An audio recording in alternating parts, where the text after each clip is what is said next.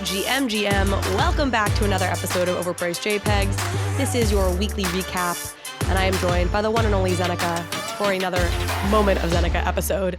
This one's got a little twist to it. We are going to be joined by Brenden Mulligan, founder at Premint, about halfway through this show, so we can really break down hacks, what's been happening with hacks lately, how to avoid them. Folks probably are familiar with the fact that Zeneca was hacked recently. His personal Twitter account was hacked. Premint was also hacked recently from the business itself. So we're going to talk about how those each happened, how we can stay safe out there, and really just get into both of your experiences with this. So it's a little bit of a special episode, but we are going to start just talking about the news of the week. Zeneca, thank you so much for joining, as always. Thank you so much for having me, as always. We're going to talk about macro, merge, verge, purge, splurge. The currency mint window closed. You and I had a bet there, so we got to see how that played out. DALL-E is a cool technology I think we need to talk about. It's relevant to our industry. But before we get into all that, we do need to hear a word from our lovely sponsors. Immutable X is the layer 2 platform for crypto gaming. Immutable offers massive scalability with up to 9,000 transactions per second and instant transaction confirmation. No more gas fees, no more waiting around for your transaction to clear. Immutable's zero knowledge rollup finally unlocks the world of crypto gaming. Immutable X is the only gas-free NFT minting platform with over 26 million NFTs minted, all with zero gas fees. With the power of Immutable, gaming developers don't also need to become smart contract developers. They just need to plug in to Immutable's API and instantly start unlocking the full potential of crypto assets inside of games. This is why world-class companies and projects have decided to deploy on Immutable X, like GameStop, Ember Sword, Planet Quest, Illuvium, TikTok, and many more behind the scenes. So start building your game on Immutable X today at immutable.com. There is a brand new staking feature in the Ledger Live app today. We all like staking the assets that we're bullish on, and now you can stake 7 different coins inside the Ledger Live app. Cosmos, Polkadot, Tron, Algorand, Tezos, Solana, and of course Ethereum. With Ledger Live, you can take money from your bank account, buy your most bullish crypto asset, and stake that asset to its network, all inside the Ledger Live app. Through a partnership with Figment, Ledger also lets you choose which validator you want to stake your assets with. And Ledger is running its own validating nodes, offering a convenient way to participate in network validation, and it even comes with slashing insurance. Ledger Live is truly becoming the battle station for the bankless world, so go download Ledger Live. If you have a Ledger already, you probably already have it, and get started securely staking your crypto assets. All right, let's start where we usually start, which is macro update. What's happening in the market right now? What are you seeing? What are you tracking? Yeah, so crypto generally is going boom. Like today, the day we're recording, I think we just hit 1700 or something. Yep, 1730 was right before I checked. So yeah, we've sort of been, we're up over double from the local lows of 800-900, and crypto great, but NFTs are, I think, still struggling quite a bit. Historically, people always ask, if crypto goes up or down, is there a correlation to NFTs? And I think that there's not a super strong correlation because we've seen every scenario multiple times. And it kind of seems like what we're seeing now is crypto going up and NFTs are going down, or at least sideways for the most part. NFT volume is still really, really, really low. So I think that's a really important indicator and metric.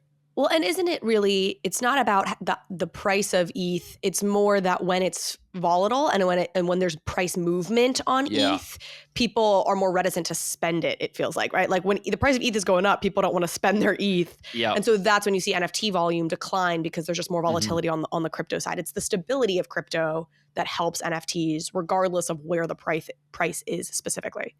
Yeah, I generally very much agree with that. And so...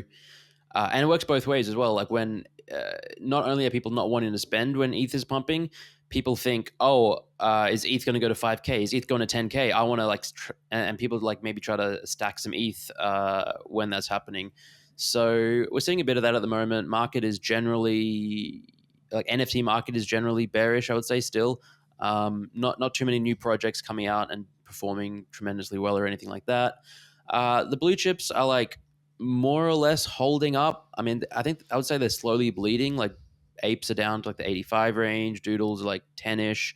I think we saw single digit doodles, Azuki, CloneX even for a while, which we hadn't seen in ages. Even generative art, they had their moment. Art blocks was going crazy a few weeks ago. It has since calmed down a lot to a more healthy level. It was really frothy for a while. And the last two curators, I think we saw a lot of people come in and like mint at a really high price. And, they've, for lack of a better word, gotten wrecked because the secondary market has not held up. And now it's below mint for the last two drops. Just generally, people are holding on to the ETH and liquidity is a little low. But who knows? Today is an exciting day because crypto is pumping. So you never know. Maybe people's excitement comes back. And you bought an Art Blocks piece recently. I saw you crowing about it on Twitter. So you're still your position has not changed, buying up Art Blocks like the Zeneca we all know and love.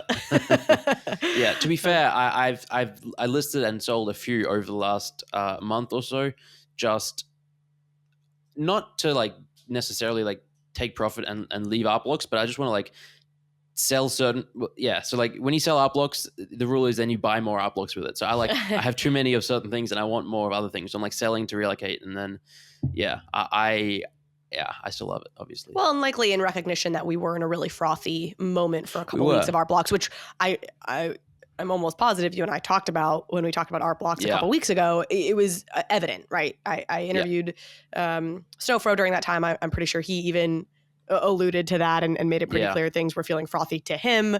Reminded me of like Elon Musk being like, Tesla's overvalued like a couple of years ago. And it's like when you have like the CEO of these companies saying that, you may want to slow your roll on your buying at that moment. And I had been waiting for things to cool down for me to really dive in and I want to get into Art Blocks. I need to do it. It's a priority. But when it's so crazy like that, it's like, well, there's no point in trying to get in right now because everything's inevitably going to come down. Plenty of time. I got decades, right? We're looking long time horizons for this stuff. Yeah. Well, while we're talking about generative art, that's not the smoothest segue for this, but let's talk about DALL-E. Have you been tracking the DALL-E situation? Should I give the quick context overview for folks and then get your thoughts? Give the quick context, yeah. So for anybody who hasn't been tracking this, though, I imagine many listeners of the show are somewhat familiar. DALL-E is a project. It's DALL-E 2 that just came out. It's basically the second iteration of this code, I guess. Is a project by OpenAI, which is a nonprofit that does a lot of AI research. I think Reid Hoffman is one of the lead funders of this program. And DALL-E is a text to art AI program. So you type in something that you want to see, and then it creates the image of it. And this runs the gamut from actually some beautiful looking art pieces to like really ridiculous things. And of course, it's just like this has demonstrated the creativity of the internet. Like I was looking at some of the funniest DALL-E images, and it's like Paddington Bear on trial for murder, right? Like that, like somebody had like typed that into DALL-E 2 and an image was produced. I mean, it's a weird image, but it does it resembles that, right? You can tell it's Paddington Bear and he's clearly in a courtroom. And so it's pretty incredible the level of specificity you can give this program and come up with something that is at least recognizable. Most of it's pretty bizarre looking, but you can recognize what it is, and that's impressive. So thoughts on this? Have you been tracking it much? It's been in my periphery. I haven't been like actively following it. I haven't used it myself, but yeah, it's impossible not to. If you're in the space, if you're on the internet, like people on social media are posting images like that and funny things and also beautiful things. I find it fascinating, and there's been like a more of a discussion, I think, in the NFT space about, is AI art? Can you consider that art? Can you be an artist creating AI art? And it's really interesting to think about. Does anyone who types an input in and have the AI spit something out, are they an artist, or are they just using something? And the way I'm sort of approaching it is, I think that there are artists who utilize AI technology to create art, and Claire Silver is one such example. And the way I sort of think about it is, it's like similar to cameras and phones and photography. Everyone has a phone now. Everyone can go out and take photos. Doesn't mean everyone's a photographer or an artist who specializes in photography. I think the potential is there, but it's about a lot more than just pointing and clicking. It's about more than just typing a phrase in and clicking submit. It's about intentionality and ideas and a bunch more stuff. It does get tricky when you break it down, but it's very fascinating at the very least. Yeah. I also think I generally believe that, gosh, it's such a, it gets so tricky, right? But like what I was going to get at is there craft behind something? Like, is there a skill set to learn and develop and work on and do the like dedicated practice thing each day? Like that was one of the aha moments for me with generative art or with art block style art, was really to understand there's a real craft to getting the code right. And then there's obviously cases, not necessarily with art blocks, but where the code will interact with real art. I know Tyler Hobbs did that prior to art blocks. He would have part kind of art he made and then part art he generated through code. And in general, I do think there should be the requirement of like craft and practice and honing your skills and day out, like that discipline for something to for you to really be an artist. You, I think, posted, was it you who posted the quiz on, or like the poll on Twitter saying like, if you, can anyone be an artist? If you think of yourself as somebody who's making art, are you an artist? Like, what is the barrier to being an artist? What were the reactions you got to that post? I can't remember. You tweet too much. I don't remember what the poll results were. Yeah, I'm pretty sure it was like overwhelmingly.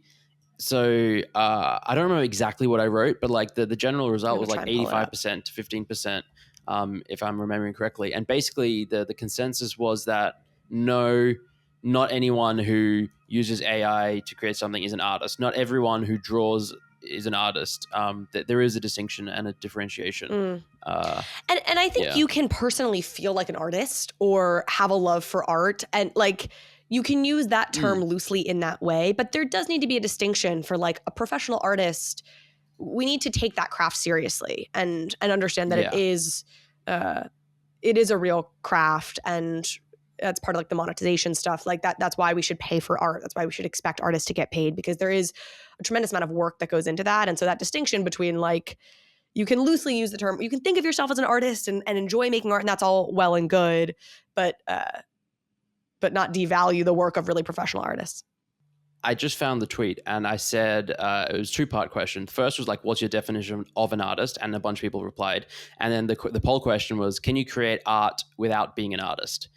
And 85% of people said yes, which I think I agree with that as well. Like I can draw some stick figures, I can draw something, and it's ostensibly it's art. Like it might not be good art. It's very much not good art, but it is art. And but I wouldn't say I'm an artist. But then, you know, some people say, well, we're all artists. We all have that creative gene, that creative aspect. It's just different. And it really is an interesting thing to think about. But yeah, it really, you just get into like nuance. I think it'll be interesting to see what programs like DALL-E do to the field of graphic design, for example. Like artists will always have a place. There'll always be, this artist has a story, this artist is pushing boundaries, this artist is XYZ that will create value for an artist's work, in my opinion. But where I think this AI art stuff lands is, oh, I need a thumbnail graphic for my podcast. Right now, we have a graphic designer we work with to do that. But like, easy to imagine in X number of years, I'm just typing that into an AI program that spits out at me the image or whatever that I need for my podcast. And that's actually where I think the opportunity here is interesting. And yeah, it's a really good point. Arguably scary. I don't know. Technology always does this, right? There are certain jobs it takes away, and then as a result, there's jobs it creates. And but that's the where I think this will get really interesting in down the line. Before we move on from the topic of art and art blocks, which we're sort of still on, we should plug your InPeak presentation. You did like a mastering art blocks lecture of some sort for InPeak, which our friend Somi, it's her platform. So want to shout out InPeak and Somi, and I will watch if I can, it's still up, I'm imagining. I can go watch. Yeah, I think it's up. I think it's free for everyone. Okay. Go watch your mastering art blocks. You've tweeted about it. We'll include it in the show notes here. And love it. Okay. News out of ETHCC, whatever, ETHCC, right? Whatever conference it is in France. Every week there's another ETH something. Overwhelming. In Paris, Vitalik was there, and he said, this is what I found most interesting. Ethereum is about 40% complete right now after the merge, which is expected to happen in September. ETH will be about 55% complete. Ethereum will be 55% complete. After the merge, we will have the Verge, the Purge, and the Splurge. And the Surge and the the Gurge Surge. and the... There is the Surge, not the Verge. Wait, yes, it's Merge, Surge, Verge, Purge, Splurge. Honestly, there's so many, and it's why we love Vitalik. It is why we love Vitalik. He's literally, the brains, or one of the brains behind this massive worldwide thing. It's going to change the world. It has. And he's just having fun and memeing with names in his pajamas and funny socks. It's like, and also one of those remarkably thoughtful people where he's not chiefly motivated by money. I think that's clear if you really spend time reading him and understanding him. So that, like, he's genuinely motivated by improving the world, and he's very thoughtful about that. And he can recognize nuance and grapple with nuance, and like, he's just such a figure that I trust, because nobody's going to bat 1,000, and most decisions have negative consequences. Like, if you're at a fork in the road, there's no perfect decision to be made. So with the leaders in the world, I feel this way about political leaders, I feel this way across the board. Like, you really are just shooting for somebody who you generally think has good judgment and is going to act on their conscience, knowing that they're still going to make decisions that are imperfect, because every decision is going to be imperfect. That's exactly how I feel about Vitalik. Is like, I so believe in your intentions and your brain that I feel so grateful to have him as a leader in the world. 100%.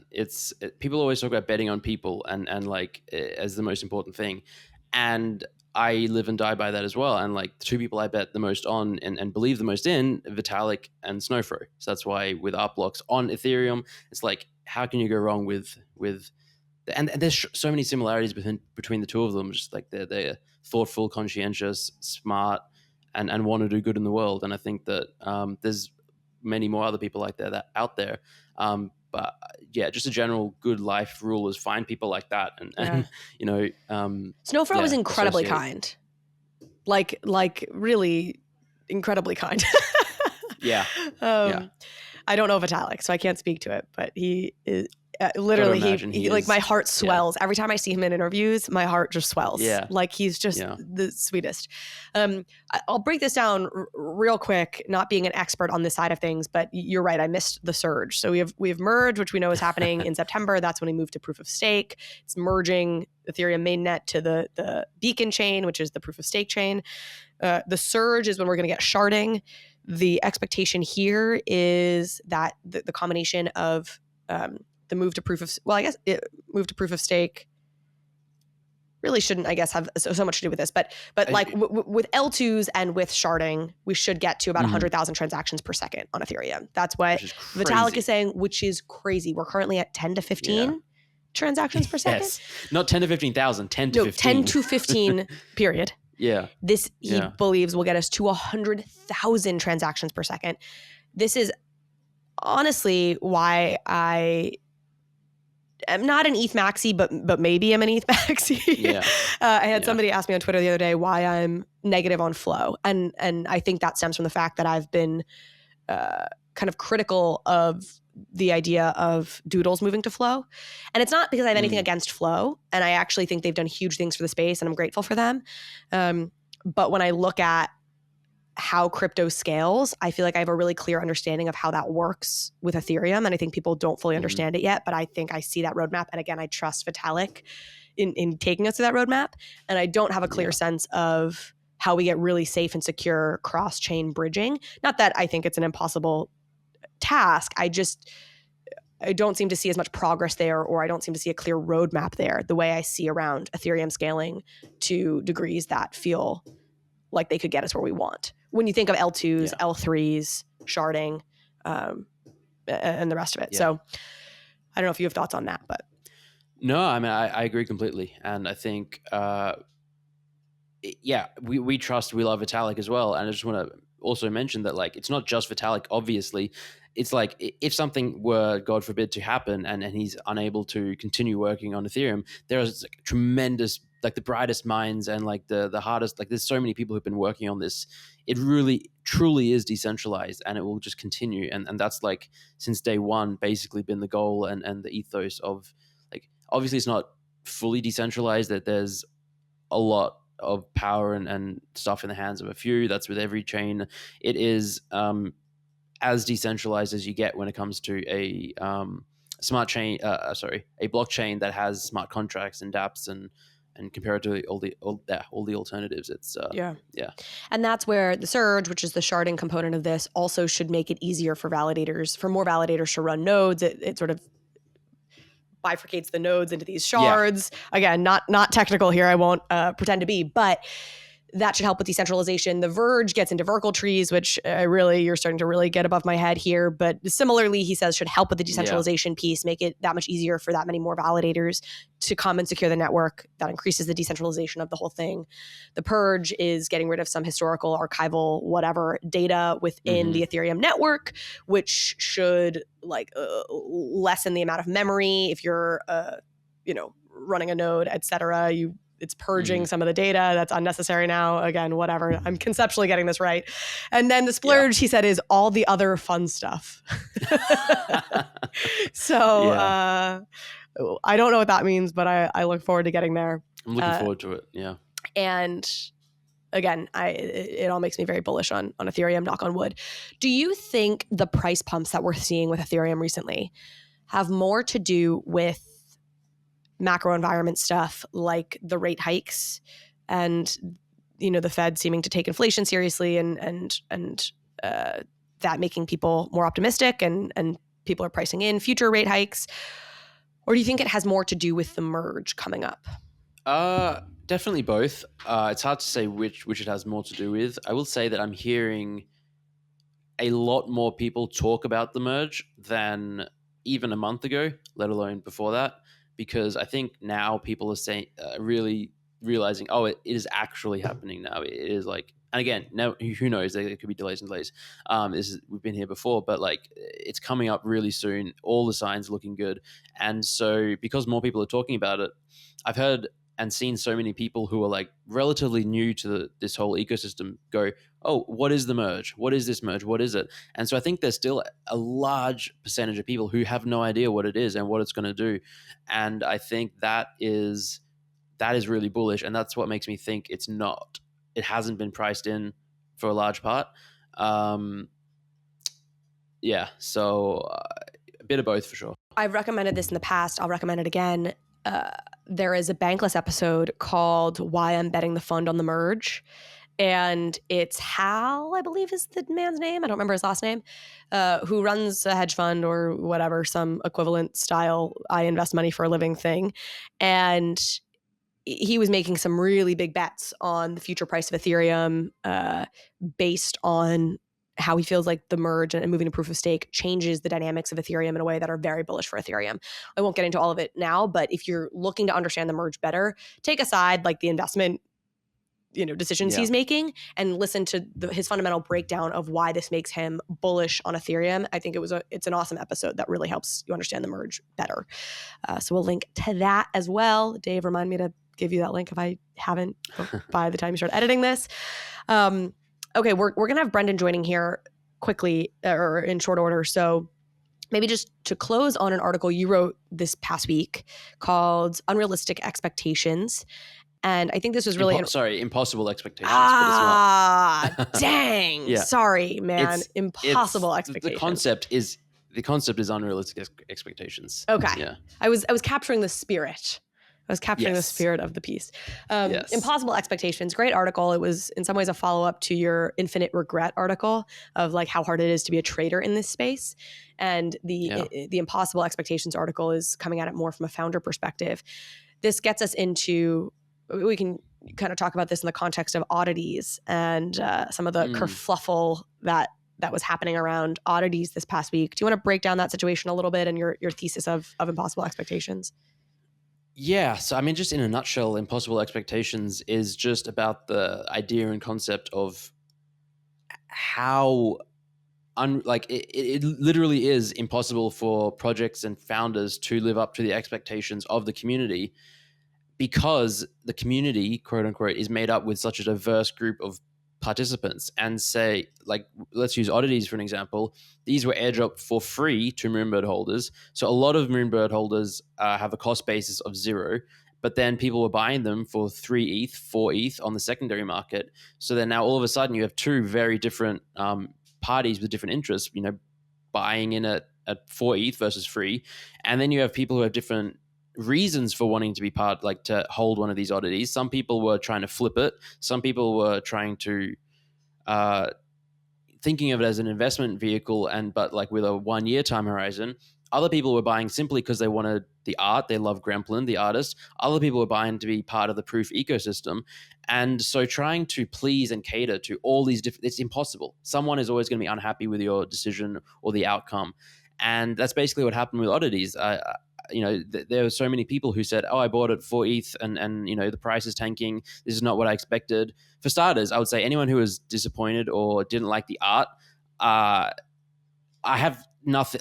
I can't help you because go and look at Gremplin's art. He's an artist. This is very stylistic in his style. Yes. Look at Crypto's. If this wasn't, I don't know what you were expecting, and so that I can't help you. The art I think I personally is great, but I do understand it's not for everyone.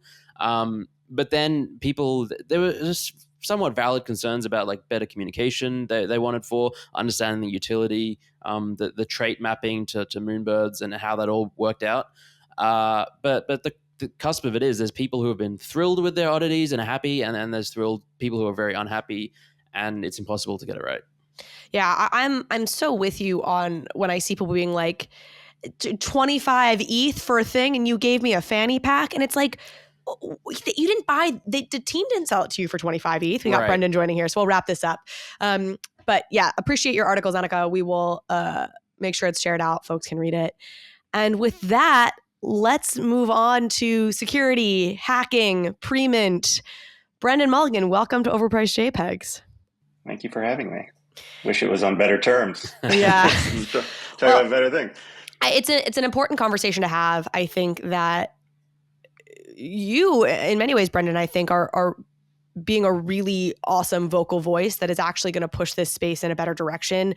This was even predating by a couple of days the Premint hack. I think it's so funny to you tweeted about the I forget the exact the set approval for all request, which I want to talk about what that is, explain that to folks about how MetaMask does not have enough precautions for people who end up accidentally signing off on a set approval for all request. And then 2 days later, it was relevant in the Premint hack. Yeah, I think it was actually 12 hours later. It was remarkably close. Incredible. Well, why don't we start here and just explaining to folks what happened in each of your cases. I thought it was interesting to have the two of you on here to talk about this. Zeneca was coming on today anyway. Zeneca was personally hacked. Brenden, your business was hacked. So, similar situation, but slightly different perspectives on it. Can we just break down how each of these happened? I'll start with Zeneca because I think it's simpler, which is, do we yet know how this hack happened? No, I'm not. I haven't 100% gotten to the bottom of it. So basically what happened was my personal Twitter account got hacked, compromised. Someone gained access to it, changed the password, all that kind of stuff, and started posting malicious links.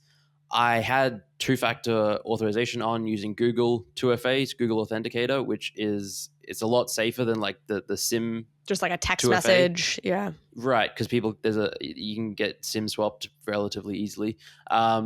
So I haven't fully gotten to the bottom of it. To my mind, there's two potential ways it happened. I mean, there might be other ones. One is I was phished somehow and someone got, I think there's an override code or a one-time password code to either Google 2FA or Twitter or something like that. And again, I don't know, maybe when I set things up a year ago, 18 months ago, I stored it on my computer, or 2 years ago, 3 years ago, I don't know. And someone gained access to one of my devices and from there could find this code. I've looked for it and I don't know where it is. Or in recent times, someone made me click on something. But again, nothing is coming to mind. I've thought back over my actions, and again, that is one possibility. I would say a small percentage chance. And the other is there's some sort of compromise on the Twitter level, whether it's someone at Twitter is doing something that they shouldn't be, or one of their internal things is compromised, or there's an exploit that someone can gain access to that. Both seem very unlikely though to me. So, I mean, that one, it's if that was the case, surely bigger accounts would be even bigger accounts would be getting hit and stuff like that. So, at the end of the day, I don't know exactly how it happened. I'm still looking. Yeah. About 24 hours before you were hacked, Yuga Labs tweeted out that their security team had been tracking efforts that they thought a coordinated attack might be coming on people. Have you talked to anybody on the Yuga Labs security team? It seems like they might have some insight into how these things were going to be done or by who. I reached out and I haven't heard back. I suspect that they don't want to say much just because, the more gets out, showing what they know. Yeah, right. It's a what's the word? Arms race where it's like, back and forth between the hackers and the defenders. The defenders. Brenden, explain the Premint hack. For us, it was a little simpler because it was in our infrastructure, and ultimately it was, for better or for worse, it was just a couple. We use a lot of software uses third-party plugins to power different things on the site, right? When you're building software, you very rarely does the company write 100% of the code themselves. They use open source plugins, and so one of the plugins we had a vulnerability that we didn't know about, and actually hadn't been reported yet. So we reported that to the company, but someone was able to basically use that to put a file on our server that they shouldn't have been able to put. The reason they were able to do that also was like a misconfigured Amazon setting. So like we just say it's on us. I mean, there's a lot of ways that happen, but like ultimately, like we could have done better, which is why we took a little bit more ownership of it. Yes, we used an open source thing, but like ultimately it was on our thing. So they were able to put code on our site that referenced code off our site, and then the code as soon as they did that, then they were able to basically write whatever they wanted to write on their own server, and our site was calling it.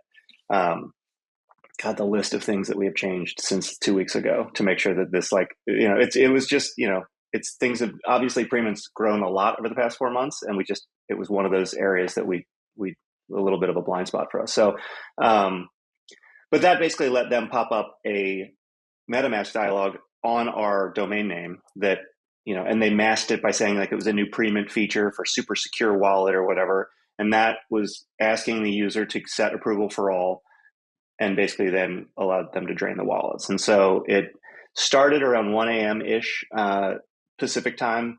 And it only ran for about an hour and a half to 2 hours. I can't remember. Don't quote me. Or there's definite data that we have. I just can't remember right now. But it was a couple hours, and like word spread so quickly through the community. And like the accounts that were doing it were flagged on EtherScan and on OpenSea that they just stopped.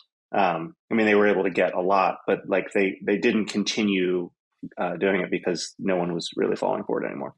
So, and both of you had that experience with the community, which maybe we'll talk a little bit about, but Brenden, I would love for you to explain, if you can, like what does the set approval for all, why is that so integral to so many of these hacks? Why is that necessary? And how can you tell if you're signing one of these transactions? Yeah, so it is a valuable setting in some cases. And this is the unfortunate thing is like, I took like sort of a crass approach to the whole thing that said like, if this setting is being requested, the whole MetaMask should be red and there should be alarms going off. But like, it's actually necessary to sell things on OpenSea and on marketplaces. So I do think that there are places that this setting is useful. My personal belief is it's a small enough number of places that you should maybe apply to MetaMask for an exception for this setting to not be scary, but whatever. Basically what it does is it allows when you accept the transaction, which does come with gas. So you know that something is weird going on. If you're not supposed to be buying anything, but you're being asked to spend gas, that generally means like, you're probably signing something that you shouldn't, but it essentially is giving the wallet or a contract permission to take asset to basically act on your behalf to move assets around that are in your wallet. And so what happens is they generally will give a wallet access to, it can say like, oh, you can take my Bored Ape and you can do whatever you want with it. And so that's generally, it's mechanically, sometimes you're doing it, giving a contract permission to it. Other times for us, it was a wallet that you're giving access to basically act on your behalf and move stuff around. But as soon as you give that access, that wallet can then just start moving stuff out of your wallet. And as we know. So set approval for all really meaning like, I'm giving you approval for all of the stuff in this wallet. Like that's the all that it's referring to essentially. Well, and you're not saying like you can transfer this one particular token.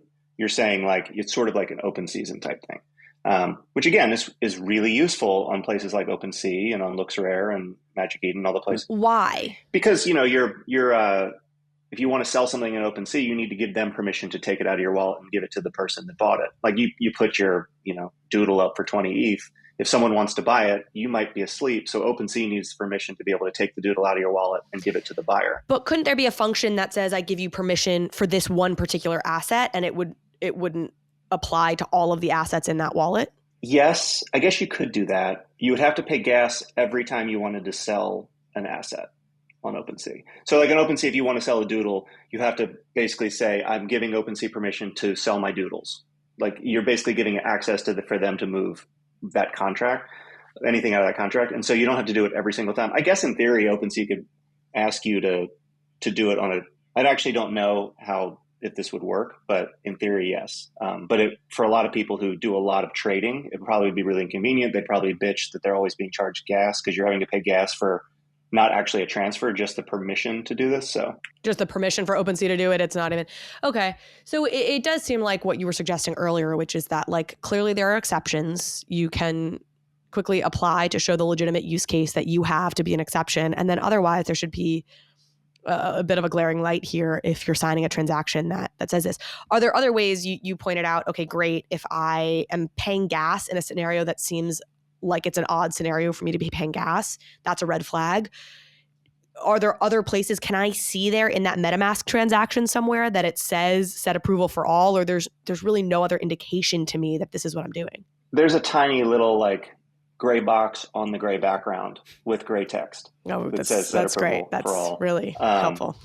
I think for MetaMask credit, like when I started talking about the CEO or I don't know how their company is structured, but someone in charge was like, hey, we're making some improvements here. I still don't think the improvements are going to be that helpful for people who don't really get it. And most of the people who get fished in this way are not like experts who have read the documentation on what all this means, which is why I think we need to be have more of a glaring warning.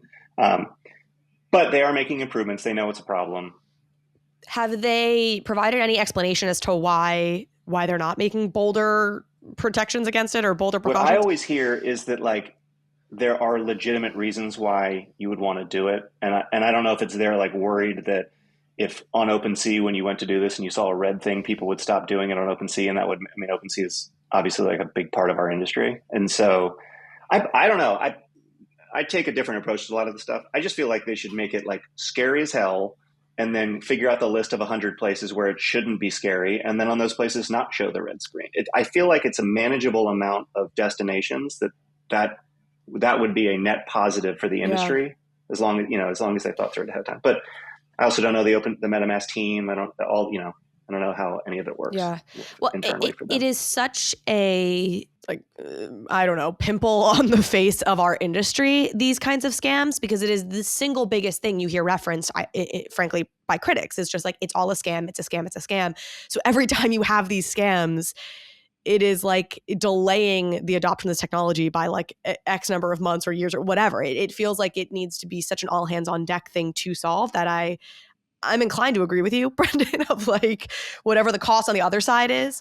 It's funny because I actually had a presentation I did the week before the hack that I was going to do the week after, and we kind of did some of it yesterday. But we've been thinking a lot about security because this isn't the first time that people have used Premint in like kind of a creepy ways, right? Someone can put a project up and like run a Premint that ends up being a wallet drainer, but that happens on their own website. And so we've been trying to work on it.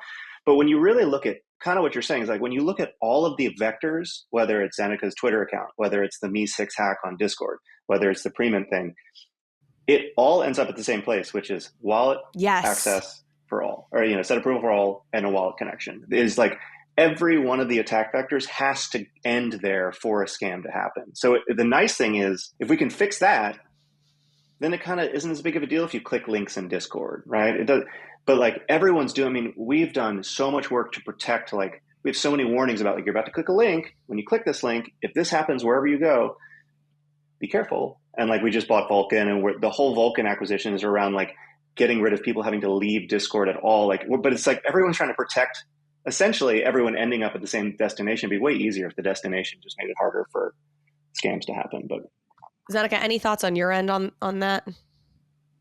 Yeah, no, I agree completely. I think that is the bottleneck point that we should be like at the end of it. All these hacks and scams occur, but it comes down to the individual at that point having to sign a transaction to give someone else or some contract access.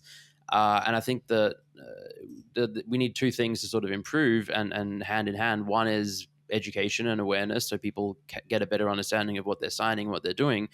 But probably more importantly is infrastructure improvements. So like, MetaMask warnings or third-party app. We've seen a bunch of these Chrome extensions come up, which now will, if you're going to sign something that's likely to be a wallet drainer, they'll warn you. And obviously there's risk installing a Chrome extension, so that nothing is perfect, and MetaMask natively doing it would be more ideal. But people are working on systems to try and help at that level, because again, the average user, average participant, especially going forward, is not going to have a level of technological sophistication. Like the people who are in the space here and now are probably like in the small percentage of people who are fairly technically sophisticated and have the desire and inclination to like do some research and set up a wallet when it's already difficult to set up a wallet, and let alone like my 90-year-old grandma, my 7-year-old niece. I keep saying like they're never gonna. Yeah, we need things to protect them and to have the infrastructure set up so that they can use blockchain technology safely. Yeah. Also, to piggyback on that, I think, a lot of people say like, well, MetaMask is, not the best solution. There's a great app called Zengo that people have been telling me about that actually does this. If you're doing a set approval for all, it's a wallet that actually has warnings. I think it's called Zengo. Again, it's been a long couple of weeks, so I might have that wrong. But there's Chrome extensions. There's a company called Sunrise that if you install their Chrome extension and you're on a site, it'll tell you whether or not they have verified the contract or not. There's all these great like things, but the problem that I have with them is they're all add-ons. And I'm just like one of these user experience people where like I think MetaMask needs to solve this. It's what everyone's going to use, if it's good, if it should be or not. Like I don't want to like people who pitch me on solutions that require the end user to install something else. I agree with Zeneca, where it's like the people who are installing that are not the grandmother or the niece. It's like people like us, and like you can't protect people by asking in general with user interactions, like asking someone to change their behavior to be protected. Like the only people that will change their behavior are the ones that don't really need the protection. Yeah. Yeah. We can't add more hurdles to this experience. Like, are you kidding me? Yeah. Like we all need to be focused on is just how can we take away hurdles? Like the suggestion that we need to add a hurdle to solve what is like one of the biggest fundamental problems to the space is really a losing strategy. MetaMask is the leading Web3 wallet to get you access to everything you need in Web3. If you're just getting started on your NFT journey, you need MetaMask. And if you need to fund your MetaMask account in order to buy that NFT that you've been eyeing, well, now you can do that directly through MetaMask. Just click the blue buy button on the home screen. Personally, I'm mad that I've spent extra gas fees transferring money from Coinbase to MetaMask in order to buy NFTs. I've been using MetaMask directly, and it is so much better. You can also buy stable coins and native tokens from Ethereum, Polygon, Avalanche, CeeLo, and others, and you can do it directly with your debit card, your credit card, through Apple Pay or Google Pay. And there is now an improved buying experience on MetaMask Mobile. You'll only see tokens that are in your region, so it's personalized to you, and you'll get real-time quotes, so you know you're always getting the best deal. If you haven't downloaded MetaMask yet, what are you waiting for? Go try it out. You can learn more about buying cryptocurrencies with MetaMask at metamask.io/buy-crypto. CoinShift is a leading treasury management and infrastructure platform for DAOs and crypto businesses who need to manage their treasury operations. Every crypto org needs to manage their treasury, and CoinShift offers a simple, flexible, and efficient multi-chain treasury management platform built on top of the extremely secure Gnosis Safe. With CoinShift, your organization can go from primitive single-chain treasuries to expressive, flexible, multi-chain features such as global user management, global contracts, proposal management, and many other features that can be shared across an entire organization. CoinShift layers on powerful treasury management tools on top of the proven security of Gnosis Safe, allowing users to save time and reduce operational burdens and gas costs. CoinShift even has data tools like account reporting across the 7 chains on which it operates. Used by industry powerhouses such as Uniswap Grants, Balancer, Consensus, and Messari, CoinShift is speeding up the coordination and efficiency of the organizations that use it. In DeFi, you have to keep up with the frontier, and CoinShift makes that easy. So sign up at coinshift.xyz/bankless. Let's talk about the Vulcan acquisition. So explain what Vulcan is and why it felt like important to add to the Premint suite. We've been thinking a ton about security. We've been thinking a ton about less wallet connections as an industry norm. It is a very typical thing whenever you join a Discord that is an NFT-based Discord, that there's some sort of verification that you own an NFT to get access to channels and roles and that stuff, which is awesome. It's like one of the most powerful things about NFTs. The negative is the vast majority of these NFT guilds and servers are using a solution that requires you to leave the guild, like click a link, leave the guild, and like connect your wallet somewhere. Some people have built their own internal version of it. Some people use like large, companies that do it for hundreds of thousands of servers. But regardless, again, you're thinking about the niece and the grandmother. Like, people are being asked to leave. If it becomes the norm that you leave Discord to do this and connect your wallet to some other site, then it's harder to know what's right and what's wrong and what's like a safe place and what's not. Collab land, right? Like, that's what you're kind of describing is like the most common one. Yeah. I feel like is collab land, and we all know we click and then we go to some desktop, and like sometimes it's worked properly and sometimes it hasn't, and then you come back to Discord and you like wait for 2 seconds and are like, did the approval work? Like, this is nuts. Like, it's kind of a nutty experience. Yeah. So in my opinion, like, the problem is the experience is click a link, which is bad, connect a wallet, which is bad. Not bad. It could be good, but it could be bad. So those two things are pretty dangerous things to do. Okay, so you enter Vulcan, which has been around for a while, and they're used in Xcopy and Proof and Doodles and a ton of these these servers, where what they do is they say, all right, tell us what your wallet is, and you type in your wallet or you copy and paste, and then they say, cool, here's a random string of characters, go put it in your OpenSea biography. So you have to open your browser yourself. There's no link. You have to type in OpenSea, which means no one can like give you a fake OpenSea link that looks like OpenSea but isn't OpenSea. So these are all good, and then you update your biography, and then it checks it. And if you're able to update your biography on OpenSea, that means you must have access to that wallet, and that's how they do verification. So it's a little clunkier because you have to do a little bit more, but it is a million times safer. And so that alone, we were like, yeah, okay, we want to help. I met the founder, and we were like, let's help you scale this to every server that exists because it's so much better.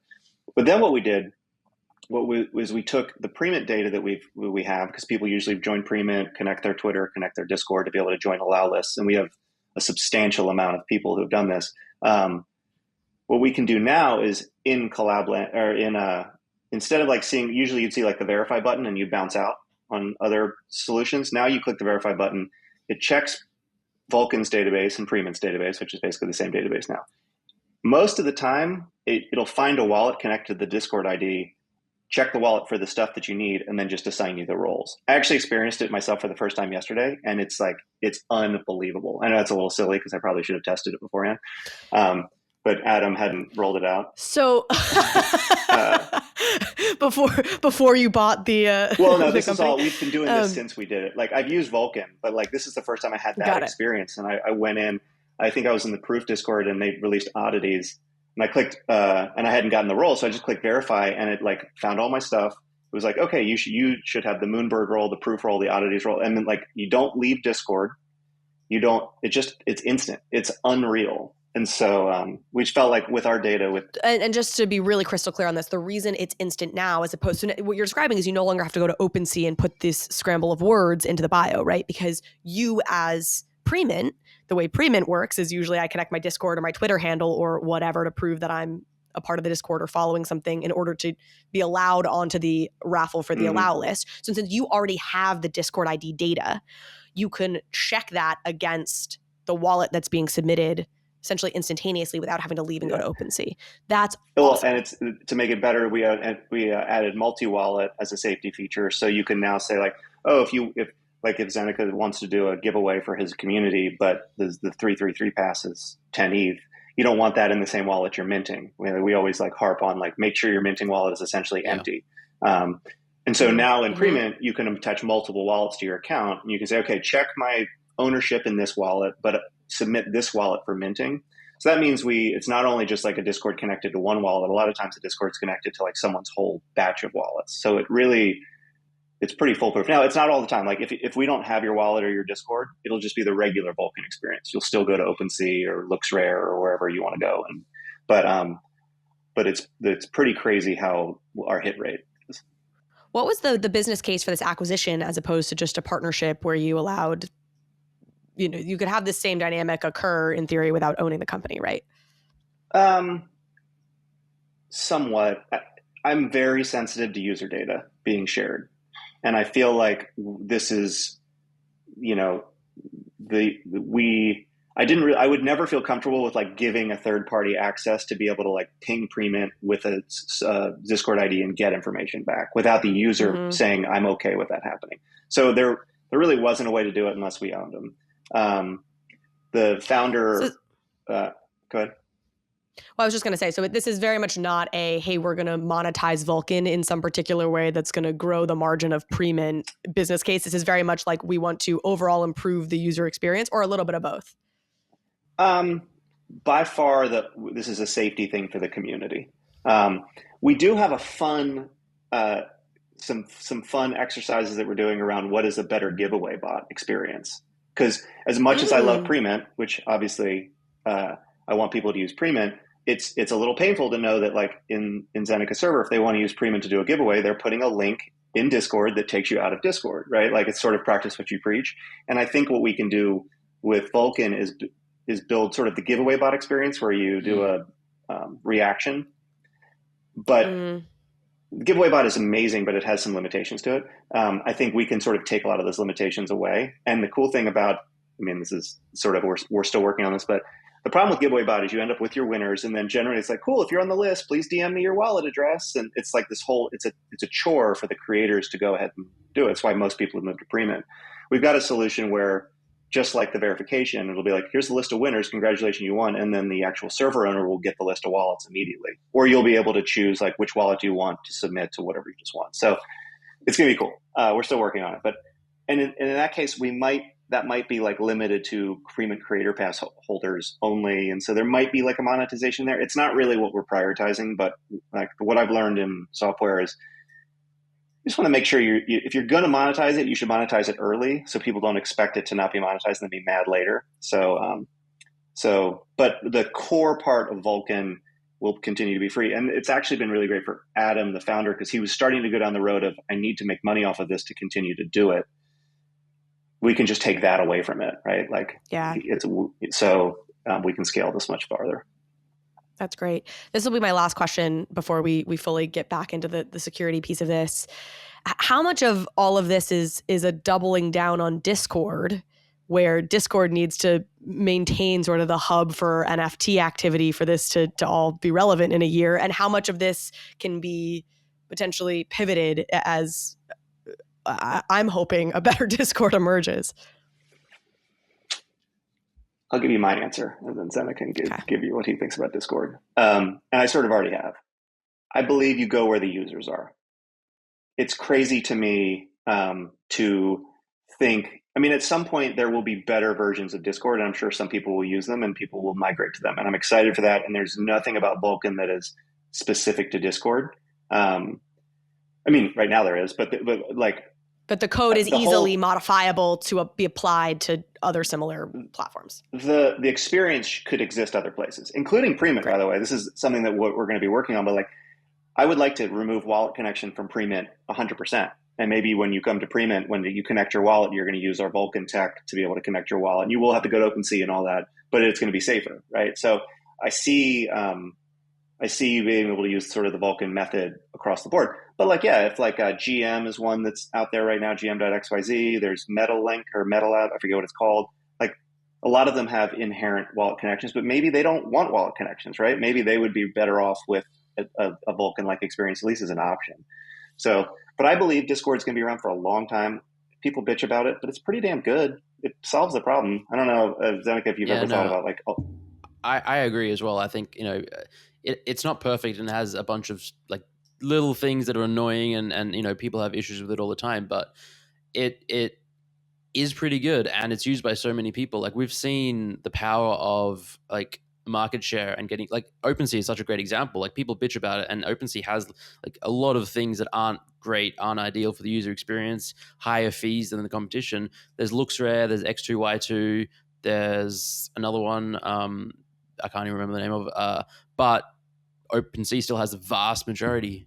Here's where I would disagree with you guys, which is I find some of the discomforts of Discord like extremely uncomfortable, and maybe it's partly the job I have, which is like if I'm trying to find some sort of historical thing that's relevant to me that happened like a week ago in Bored Apes, I'm scrolling for hours. Like I can't just like go to. So there's things that I think are really inconvenient.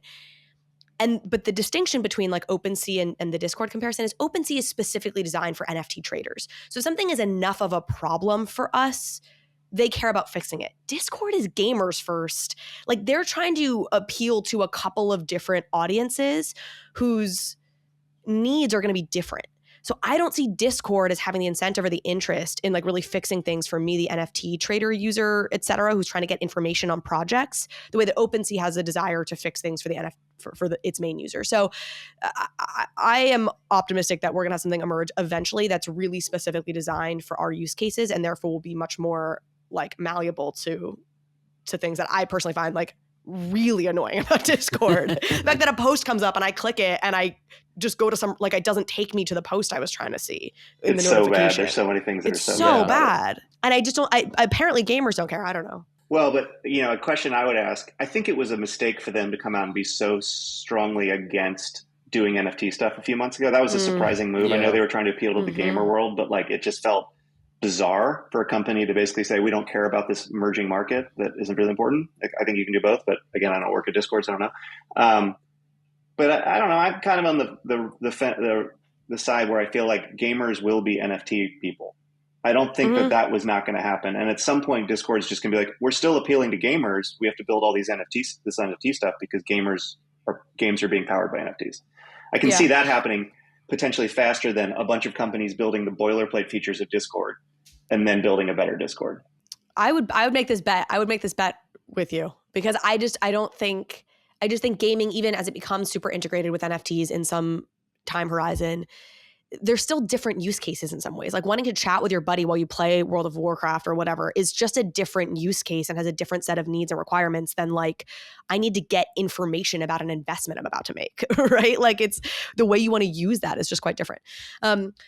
Maybe it's a matter of taking the investment side and the community side and sort of like you can go hang out with your community in Discord, but like the fact that that's where like so much critical information about these projects is being shared and like trying to sort through that and sort through also just like a bunch of people saying like GM and like what I'm going to have for breakfast. Like that's like a really, there's too many things there that are all happening in one place. Okay. I want to talk maybe Zeneca. I know you talked about you had the Google Authenticator. You're moving to a YubiKey.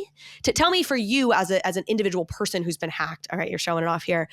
What are the steps you've additionally taken now to prevent this from happening again in the future? What should I be doing? I'm not nearly as famous as you are, but you know, like what should people be doing? Yeah, so basically after I got hacked, a lot of people asked, did you have 2FA on, Google Auth, et cetera, and I said yes, and a bunch of people in comments said get a YubiKey, which is this, for anyone just listening to the podcast, it's like a physical device, it plugs into the USB port of your computer, and you can kind of think of it as like a hardware wallet, but for your social media accounts or for other accounts. So it's not just Twitter, you can connect it to Binance, you can connect it to, a bunch, I think GitHub and anywhere that you want to like secure your login via a physical device, YubiKey will help. And it's like the highest level, I'm pretty sure, of security short of deleting your account and not using a service. Do you have to travel with it? Yes. Well, so you need to use it whenever you need to log in again. So if you have an instance logged in, then it's fine. And this is another security issue and something that I learned in the last week or like was alerted to. It's like, a way that people can get hacked and phished, and I think this is what happened to Ross Ulbright, is he was at a cafe, he had his laptop open, went to the bathroom, and some feds came and installed something because his laptop was open. And so if you're logged into Twitter and, your Yuga Labs, for instance, one of the founders, and you go to the bathroom and someone comes and is tracking you, they can get access to your device because they don't need to re-log in. So can we just take a minute and just how ridiculous it is that Ross Ulbricht, who's running the Silk Road, left his laptop open in a cafe to go to the bath? Like, yeah, I mean, that is brilliant, but for you to get taken down in that manner is really pathetic. I heard this secondhand, so I'm not 100% sure that that's correct. But no, I've heard that is correct. I've read the book about it, and he definitely was in a cafe when he got taken down, and he had like had his laptop there. So yeah, most of that I can verify is true based on a book. Yeah, that's so crazy. Yeah, but in terms of like securing your account against someone like phishing you or hacking you from elsewhere, having the physical device and traveling with it is the gold standard. And you can get multiple. Like I got 2, and they both, if you lose one, you have a backup, and so you can safeguard various accounts using this, and that's probably the most extreme step I've taken to now secure not just my accounts, but Zen Academy's, socials and stuff like that, and anything that we're doing. I actually took so the night after the hack occurred, or it was later that night, I can't remember. It happened at like midnight my time, and I was still awake at like 10 or 11 a.m. and I was like in bed trying to fall asleep, and then I sat up and I was like, remembered our website. And so like we'd recently launched like just a landing page website, nothing fancy, but I did not know whether it was hackable or not. Like I didn't know the level of security that the website, because we had a website designer and developer, and I was like just concerned about that again, because I thought about what happened to Premint, Brenden, and you're talking about this is pre the hack on your Twitter. This was this is after. I was going through my head and thinking about like various attack vectors like Discord and Gitbook and stuff like that, and website. I was like, oh crap, I simply don't know. So I went to where we host the website, where I have access to, made sure that account was secure, and then I just basically took it down by like taking deleted like the records that point to the server. And because I didn't know, like, and it's still down at the moment. I'm like working with people. We're going to get a new web developer in just to make sure that is 100% secure. And yeah, like that's the nuclear option, right? You get a hardware thing, or you just take the service down. But yeah. Yeah, the hardware keys were sort of a standard thing when I worked at Google. Like it was just part of. Now the problem that people should know about, it's sort of like a ledger. Ledger is great unless you want to access your stuff and you're at the park, or you have to go get your ledger. And this is the reason that security is hard for the vast majority of people, is like it's kind of a pain if you like, oh, I need to tweet, or I need to reply to a tweet, or you need to use your Twitter account, but you're out to dinner or you're out and you don't have the key, or even connecting on your phone with a key is tough. Like it's a pain in the ass, which is why it makes it hard to hack. And that's the balance that I think everyone has to go We through. had to use the hardware. I guess they must have been YubiKeys when I worked on Yang's presidential campaign. And I was like, this is the worst thing. This sucks. Like it's a pain. But our whole team is going to be moving toward them too, for what it's worth. Like I think it is the safest, most secure way of keeping at least someone's machine safe.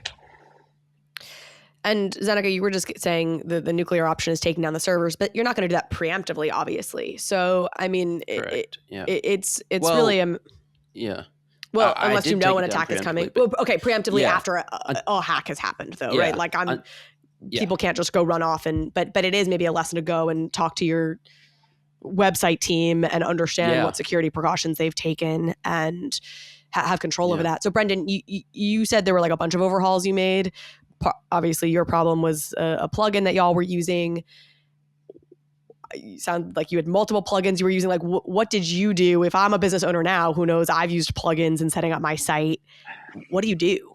Yeah, I mean, you should do, if you can, you should do a full audit of any third-party software that you're using. There are probably, and this is where the team that helps me, my team is really the technical side that dug into this at a much deeper level on the security side.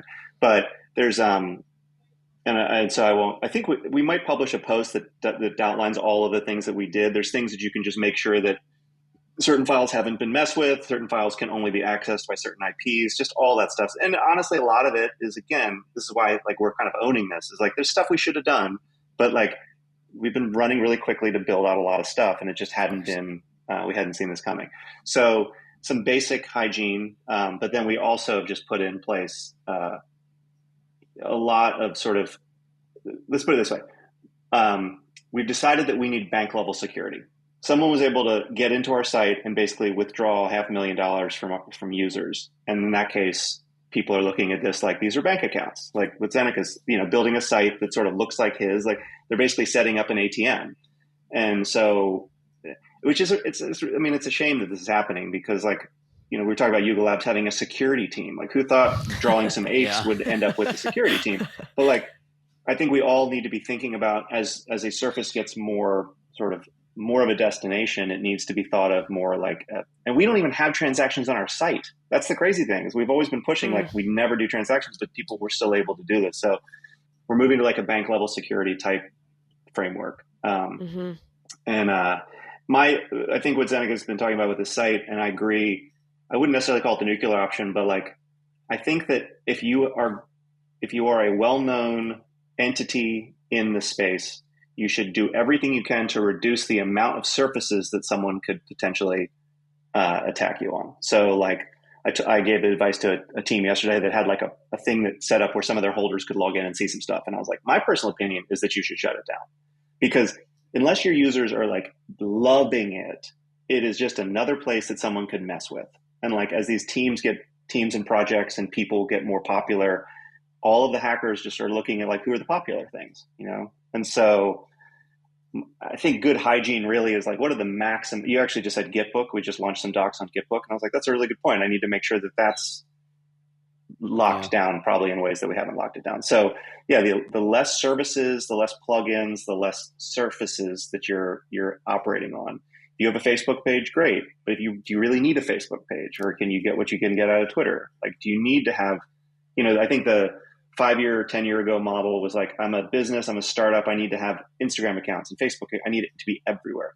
It's way easier for me to tell people like, Premint doesn't have an Instagram account, black and white, than like, our Instagram account has this URL, and we, it's easier to just not have it. So I don't know. That's the best hygiene that I can give. That's really interesting. Last topic I want to make sure we touch on here. You mentioned it was $500,000 stolen from Premint. My understanding, Brenden, is that y'all have decided to refund folks, and maybe you refunded $400,000 or, so the vast majority of that money. Zeneca, I know you spoke about how hard it was to make this decision, but ultimately decided not to refund folks, not to set precedent. Maybe we can talk briefly about this and how you each came to those decisions.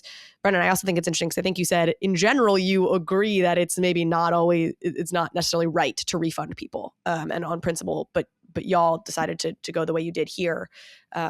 Why was that? Maybe Brenden, you started, and then Zeneca.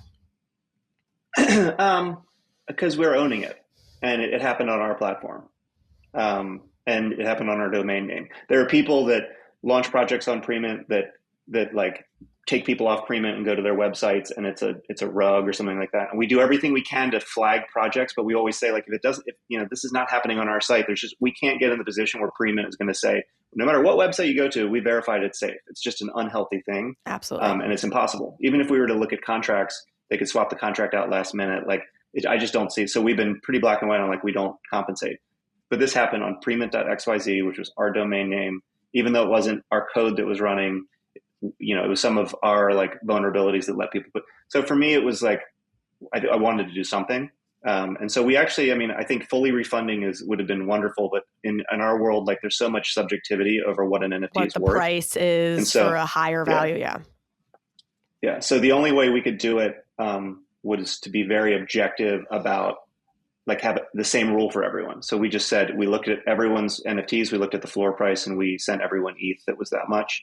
And then the other thing that we were able to do, the reason we were able to do it is we have a very high confidence that we have the full list of affected wallets. Because as soon as you start compensating, thousands of people start saying, I was hacked too. So because we felt so confident that we actually had a full list, we were able to do this. If we didn't have that confidence, I don't think we could have done it, because it would just be an endless amount of tracking. But we were able to do an analysis that really gave us what we think is the full list. And then we did a outward facing, like, if you got hacked, let us know, give us details. And we had hundreds of people do that. We were able to confirm that our list was a full list, and the people not on that list were not hacked. So that just for all those reasons, like exact data happened on our platform. We felt like we could do, it didn't make everyone whole, but it was something. Yeah. But in general, I think it's a horrible idea to refund people. Well, that's a good segue to Zeneca, your decision not to. Yeah. It was tough. And I think anyone who's like got a conscience, first instinct is, oh, people got hacked, I want to make them whole and find, I feel bad for them. And I do. I feel genuinely awful for anyone that they lost assets in this hack, or any of the recent ones, or any of them. But I guess I've been thinking about it quite a bit, partly because the 333 Club Discord was compromised back in April, and then we've seen so many attacks since then. And Punk 4156, I think, wrote a pretty good thread after the Nouns Twitter account was hacked, and I believe they refunded everyone, but then he wrote a thread saying he's not sure that it's the right approach or the best approach, because it's sort of a not encourages, but like it supports the behavior where people's self custody isn't like reinforced, and like personal accountability is not as seen as important if every project is always refunding people if they click something that they shouldn't. And also, I mean, there's the other piece where it's like it actually opens up a new attack vector or a new way to get scammed, where scammers are now double dipping. They perpetrate a scam. They load up a fake wallet with real assets. You know, but they control the wallet that has the assets, and then the one that they get drained to, and then it's really, really difficult to genuinely authenticate and like, you know, you can say, okay, this wallet did sign a set approval for all, and this wallet did lose assets to this other wallet or this contract, but you can't know for certain without a ton more research and like, you know, verification that it was not a hacker controlling both. So the precedent, it gets like a really slippery slope as it continues. Those are a couple of reasons. When the 333 got hacked a few months back, I felt more ownership and more responsibility. And it brings back into that piece, because the way it happened was one of our team members was socially engineered, and he had too many Discord permissions, basically. So then the hacker, and I was like, all right, that's much more I felt on us. I felt like, okay, I should have proactively done things better. Whereas, and it was sort of a different time in the space. And now with more hacks continuing to go on, plus I feel like I took adequate security measures, like a really high amount with Google Authenticator 2FA. It's not like I didn't have any 2FA on. I might feel differently if that were the case. And literally the day before, maybe like 12 hours before or something like that, I had made an announcement in both Discords because of the Yuga Labs thing. And I said, hey, I will not be doing any stealth mints. It will be on high alert, constant vigilance. I wish I had tweeted that. I just posted in both Discords. I don't know why I tweeted it. It's one of those things that you wish you could change. So for all those reasons, I sort of, and so one last thing, I'd spoken to so many founders over the last 6 to 12 months who have been in a similar position and wrestled with whether to refund or not. And I know people who have and regret that they did, and then people who were really unsure about it. And I think it is sort of like a precedent that I want to start to try and change. And while I feel really bad for everyone, it's difficult. And so like what I decided to do was at least send everyone a Zen Academy Genesis token, which actually for about, I think 30 to 40% of the victims, that was making them whole. That was the highest value asset loss. So that I think is, and in a way, some of the criticism I received was, you know, people come to you, to Zen Academy, to learn and to understand NFTs and crypto, and you're not refunding them. I was like, well, for those people, I think for the most part, they are getting back something significant. And then there was one person who had, and this was the largest loss, basically, an other side with a coder on it, 20, 30 ETH. And I think if you're at that point where you have tens of thousands of dollars worth of assets, that's where I don't think you're considered a beginner anymore necessarily. Like, yes, you can be very wealthy, but like, that's where it's like this difficult point. Yeah, so all why of that together you really can't be clicking a link with your hot wallet or your wallet with high valued assets in it and signing things.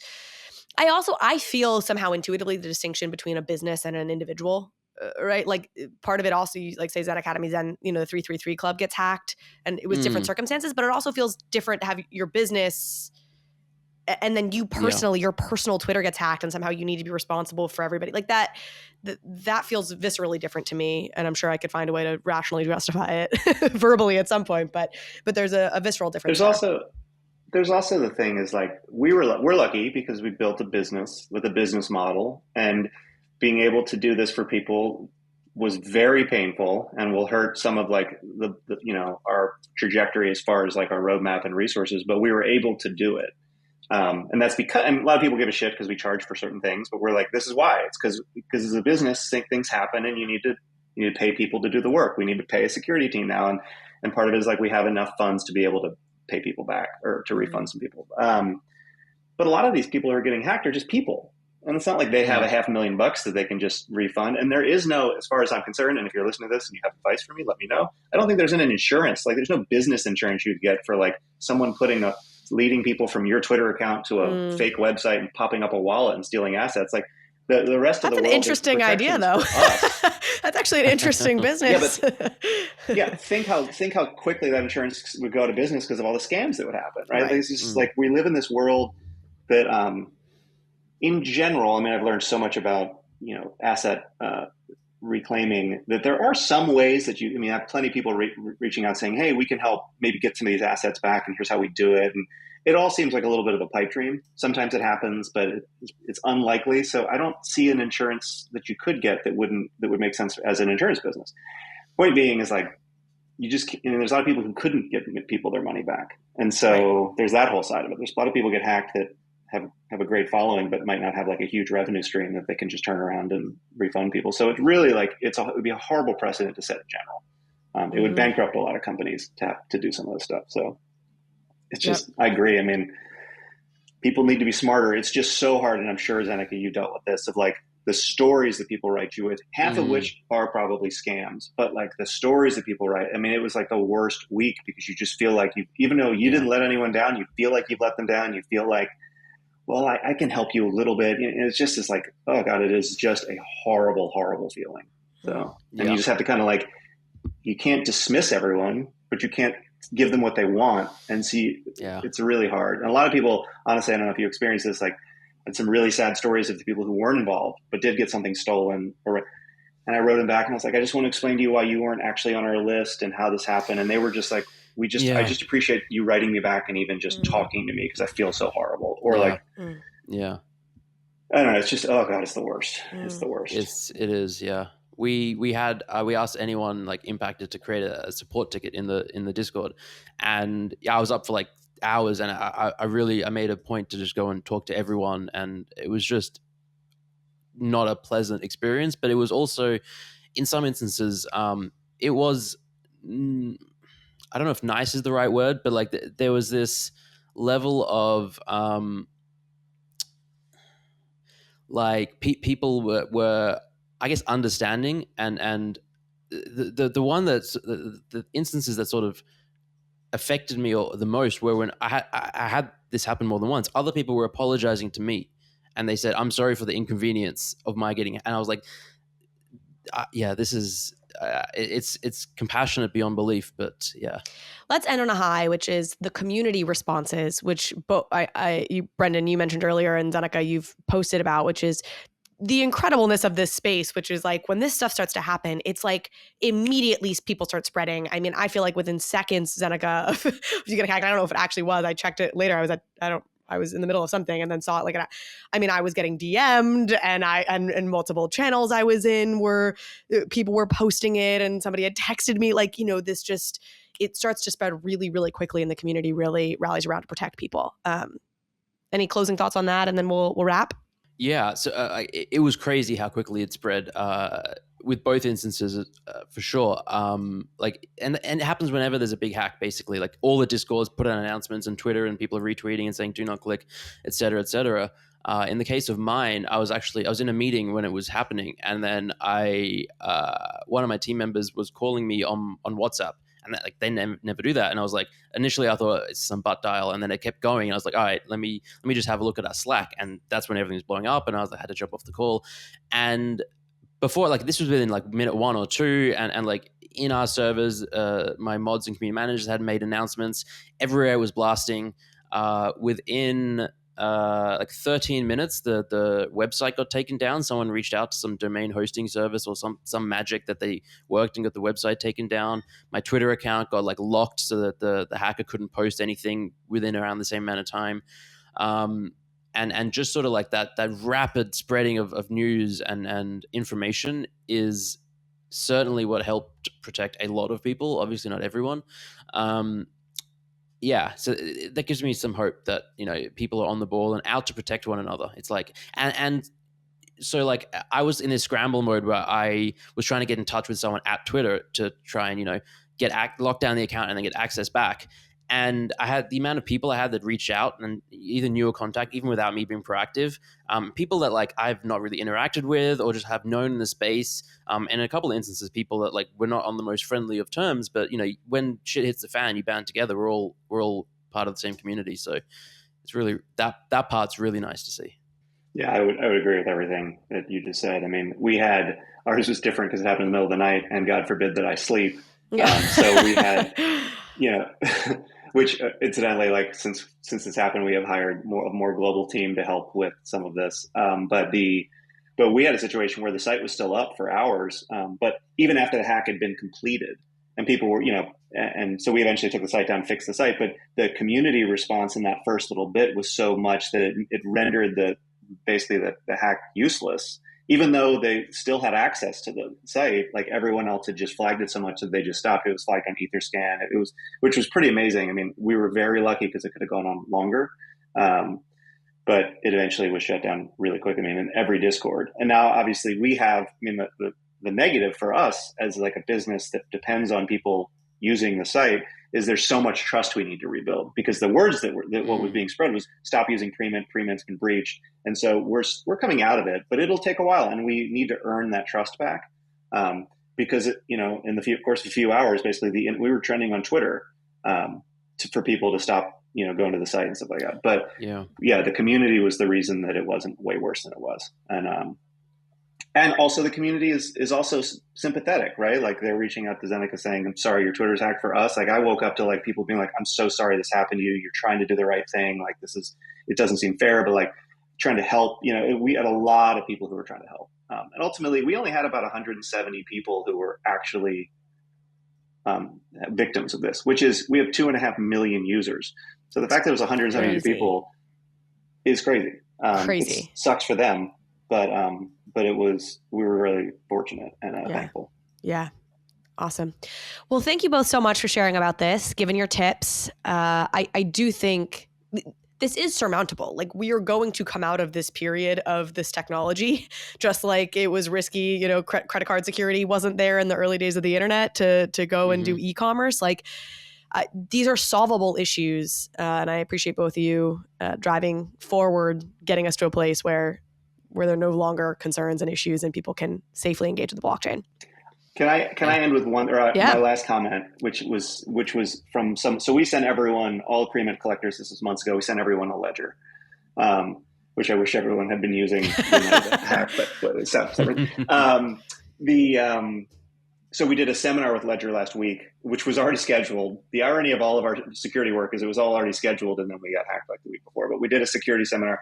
And I thought that Ryan from Ledger, it's like one sentence that just encapsulates everything. And I'm going to misquote it, but he basically was like, if you click a link and your heart is beating quickly, it's probably a scam, right? Like everyone saw Zeneca's post that was like, get here quickly and mint something. Like it's this like, and that unfortunately urgency. This was a thing that people were, this was social engineering that people did about a year ago to try to get the urgency. But now it's like most people use Premint or something like it to do an allow list. Like there isn't, if you feel like you need to quickly click and connect a wallet and like, or you're going to lose out, you're probably getting scammed. I think that like, when I think about all the hacks that have happened recently, like that pretty much would be the big warning sign. Great point. So, yeah. I love that. Well, stay safe out there, folks. Thanks for listening. We'll have both of you back. Zeneca, you're regularly scheduled. Brenden, we can regularly schedule you. Love having you here anytime. And we'll have a good weekend. Thank you.